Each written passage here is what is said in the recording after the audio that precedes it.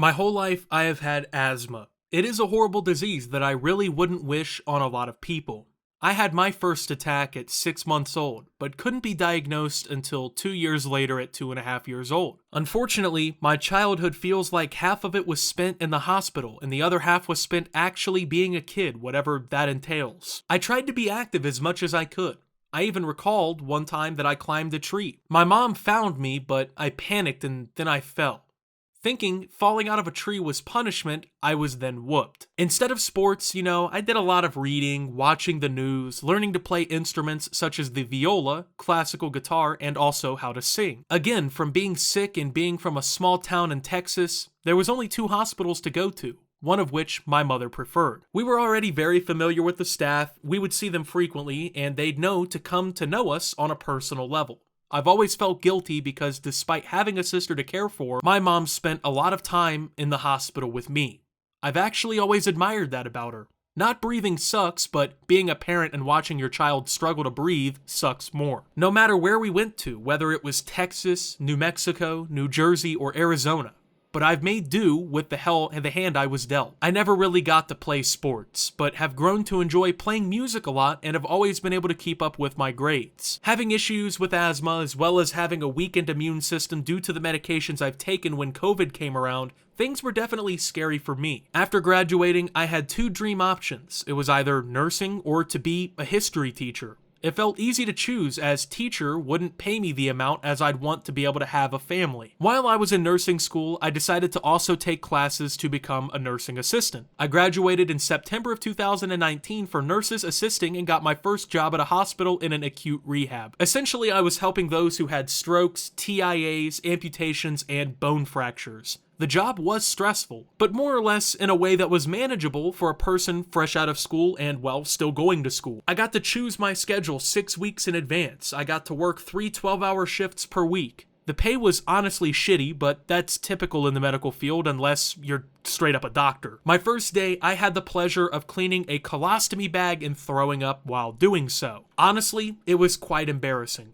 But I had great coworkers. The nurses and doctors I worked with were fantastic. Honestly, I have plenty of stories, but I'd need a beer to talk about them. Plenty of patients as well. I even had a patient in critical condition who got penile enlargement surgery but caught an infection during the process. One of my most severe patients was until February 2020 when the pandemic started. Things got really bad really fast, and the hospital I was working at was in the heart of a retirement town. So therefore, we were flooded with patients. We didn't have enough PPE. During the pandemic, we started running out of the basic necessities like hand sanitizer, masks, and even staffing. We were requested to use the same N94 masks for numerous patients for numerous days, which is obviously unsafe. The morale in the workspace was low for a number of reasons. We didn't have equipment. We didn't have staffing. We heard 2 code blues per hour. Our basement got so full we had a reefer truck for the bodies. All while other nurses and doctors were being called actors on the news because people thought COVID was a hoax.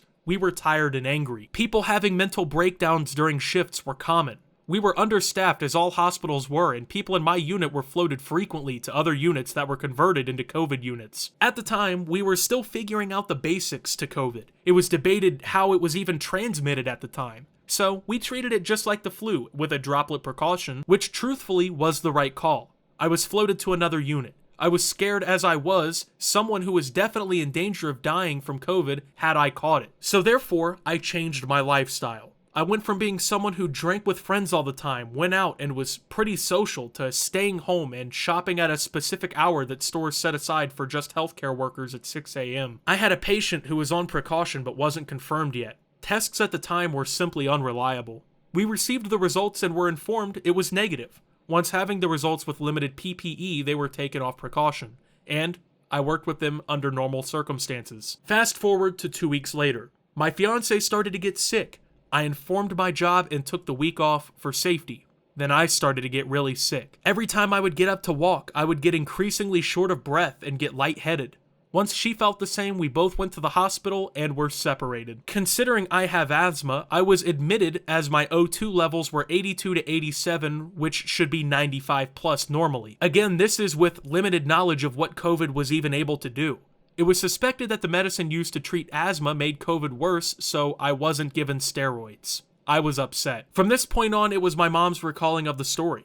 I called her mad about the lack of treatment that I was getting. Very short of breath, mind you. She recalled me talking, but no voice coming out, so she yelled for me to push my nurse's button. Shortly afterwards, there were no responses to her. I had passed out during the phone call with my mom. I woke up 9 days later on April 17th, which unfortunately was also the day my great-grandmother died. When waking up, I was stiff and could hardly move. I was in pain and weak to a point that it was hard to lift my phone. But managing to do so, I checked my voicemail and my messages. I had had a friend who was pretty numb to any feelings, crying and telling me to wake up. Another friend who jokes a lot with me said I made it out of the gulag and that I'll be respawning. Really, I didn't even have any idea what he was saying until I finally got to play Warzone. I had called a lot, or been called a lot, wondering where I'd been, a lot of people wishing me well. At that point, they'd taken the feeding tube from my nose, which I'm not sure till this day whether or not my mind exaggerated, but I've always thought the projectile vomiting to be a myth. But I do recall bathing the nurses with orange throw-up from the solution. I saw it on the ceilings, the walls, the floor. It was everywhere. The breathing tube from my mouth was removed the next day. The only thing left was my Foley, the catheter. I was worried about as doing Foleys, as I'd seen men who'd served in the military for 30 years cry when they were taken out. I'd seen a lot of men hate them, and myself, I would cringe when putting them in. I've dealt with the uncomfortable feeling of the other tubes, but this one scared me, and I called my mom. After a cry with her about everything, I think this was the point where almost dying kicked it. As soon as I said mom, she started crying, and I followed shortly after. I was talking to her about my Foley. She said it had felt relieving to her when she had one from a surgery, and this had made me comfortable to do it. One small tug and I was trying to scream. At the time, I still didn't have my voice. It was a horrible burning sensation. The nurses tried the done and over approach, quickly removing it. I told them to look at my penis and tell me if I was bleeding. They assured me everything was fine. Over the next few days, I'd had to learn how to walk again. Had to have men only wipe my ass. But one thing that bugged me as everything started to work again with my body, I noticed I didn't have any erections over the last week and a half. I understand under the circumstances now, that's normal. But to me, that was not. I called my fiance for, let's call it photography, to help assist with the issue. Nothing. But to end the story in a laugh, I was receiving a bed bath to another nursing assistant. She was pretty cool, neither relatable, as we were in the same job dealing with the same thing. And we were similar ages. We always joked about older men getting hard during this part of the job, which is very common.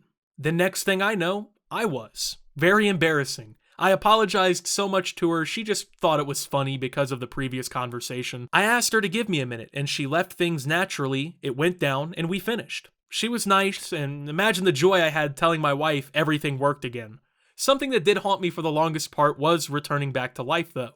Everything felt strange to me coming back. It took days to catch up on events and how bad things had gotten. Once leaving the hospital, everything was different. Gas prices had risen 50 cents where I lived. There was a queue to even go into Walmart. But what was crazier is remembering my dream while intubated. I was stuck in a bed in a room with no windows. The light was a deep red and I could hear two people yelling and saying very rude and cruel things to each other. At that point, I thought I had died and had went to hell.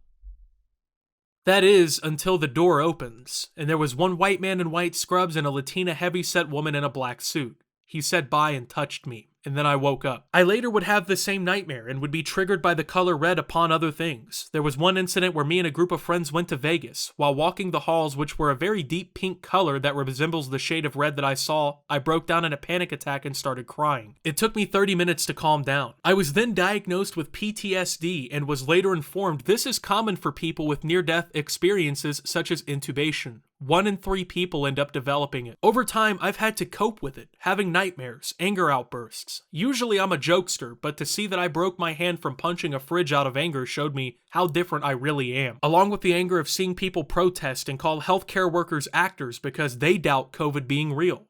There was a lot of anger for sure, but over time it's subsided and I've become a better person because of it. Since then, I've even worked more units and taken a lot more precaution because of my safety. My job has even done the same. I've received a significant raise upon returning to work, going from $13 an hour to $21 an hour. However, with inflation kicking in 6 months later, that's not as celebrated as it was.